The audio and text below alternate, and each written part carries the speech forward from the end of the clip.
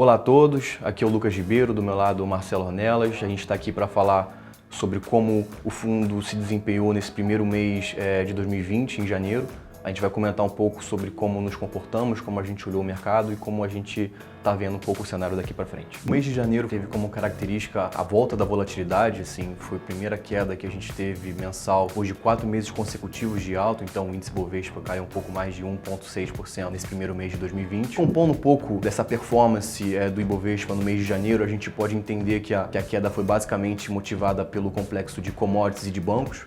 O Marcelo vai comentar um pouco mais à frente de como os bancos se comportaram nesse mês, mas para falar de commodities, né, o fundo chegou a ter uma exposição de quase 30% nesse vetor em meados de novembro. Nos meses subsequentes a gente andou realizando algumas posições, então a gente tinha 4 empresas investidas, hoje a gente tem cerca de 3 empresas, sendo a Petrobras responsável por mais de 2/3 dessa posição hoje. A Petrobras, nesse início de ano, a gente entende que ela tenha ficado um pouco mais para trás, assim, vai acontecer a oferta do BNDES em meados agora de fevereiro e, por consequência, o papel andou um pouco mais pressionado, uma oferta bem grande, que tende a movimentar bastante o mercado. A gente aproveitou justamente essa pressão para aumentar a nossa posição. A Petrobras hoje voltou a ser a maior posição do fundo. A gente entende, a gente vem explicando nos nossos últimos comentários o quanto a gente gosta do case, da história microeconômica que está por trás da Petrobras. Olhando um pouco o setor de commodities fora da Petrobras, a gente viu o segmento sendo impactado por dados um pouco mais fracos do que o esperado nesse final de ano de 2019. Embora a gente continue vendo uma certa recuperação, uma certa estabilização da atividade econômica a nível global, a gente tem visto que talvez esses dados sugerem que essa recuperação seja um pouco mais frágil, um pouco mais fraca do que o esperado. E esses dados vieram justamente antes mesmo do surto do coronavírus na China. Isso tende a implicar, inclusive, a dados subsequentes ainda mais fracos, né? Especialmente na China, que é uma região importante para alguns complexos de commodities aqui dentro, como, por exemplo, de celulose. Então, o setor ele acabou sendo pressionado nesse início de ano, acabou impactando em Bovespa. E o Marcelo vai comentar um pouco, então, do outro componente que teve relação nesse ponto, que foi o de bancos. Falando agora do setor bancário, que representa quase 1/4 do nosso índice, a gente continua com uma exposição bem reduzida. Na verdade, a gente está zerado em bancos há bastante tempo. Esse processo de rating dos bancos, ele está acontecendo também, não é de agora, já tem mais de um ano. E é muito difícil, a gente gosta de falar aqui no mercado, pegar a faca caindo ou descobrir qual o ponto final desse movimento. A gente está monitorando, acho que ainda tem um espaço para continuar. Agora é muito difícil acertar até onde vai. O recado que os bancos têm dado para a gente, recado bastante até negativo. Tá? Por exemplo, o lucro do maior banco privado do país vai ter a primeira queda da história de um ano contra o outro. Tá?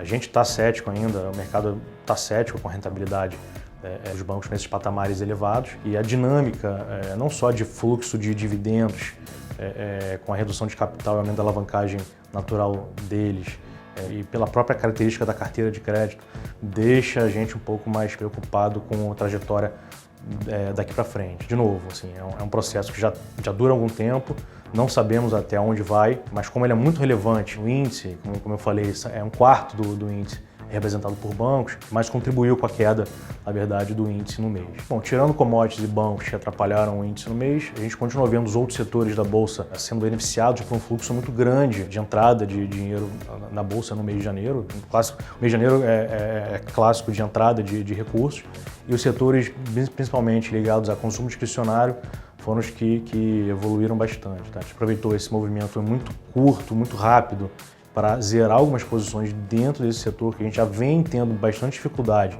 de encontrar boas histórias a preços razoáveis, com uma simetria que deixaria a gente confortável. Então a gente aproveitou isso para reduzir. A gente pode dar exemplo aqui, por exemplo, de uma posição que a gente carregou bastante tempo e ano passado foi o maior contribuidor de performance para o fundo e zeramos em janeiro, que é a Santos Brasil. A gente entende que a simetria hoje não é mais tão favorável para carrego de posição, então zeramos essa posição. Então é só para dar um exemplo de uma posição que ficou, digamos assim, pouco interessante de carregar para frente. Além da zerada de Santos Brasil, tiveram outras empresas que também decidimos reduzir e zerar a exposição, tanto que saímos de uma carteira com 20 empresas investidas para 16 empresas. A carteira ela ficou mais concentrada, porém com mais qualidade. Isso é um reflexo da nossa dificuldade de encontrar boas histórias a preços razoáveis.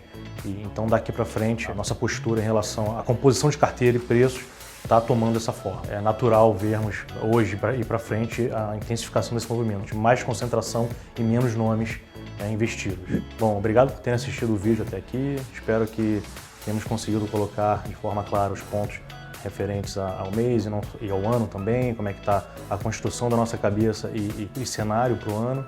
E nos vemos no próximo vídeo.